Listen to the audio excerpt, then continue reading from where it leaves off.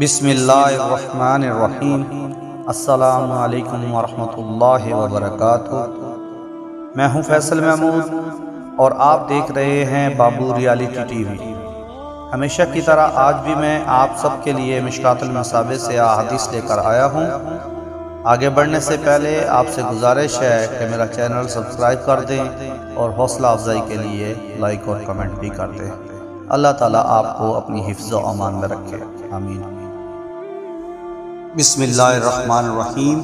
مشکات-ul-masabeh جلد اول، حدیث نمبر 696، حوالہ مسلم شریف۔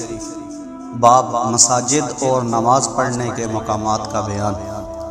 حضرت ابو ہریرہ رضی اللہ تعالی عنہ بیان کرتے ہیں، رسول اللہ صلی اللہ علیہ وآلہ وسلم نے فرمایا، اللہ کے نزدیک سب سے زیادہ پسندیدہ مقام مساجد ہیں اور سب سے زیادہ ناپسندیدہ جگہیں بازار ہیں۔ بسم اللہ الرحمن الرحیم۔ مشکات-ul-masabeh جلد سوم، حدیث نمبر 4715، حوالہ ابو داؤد۔ باب بیٹھنے، سونے اور چلنے کا بیان۔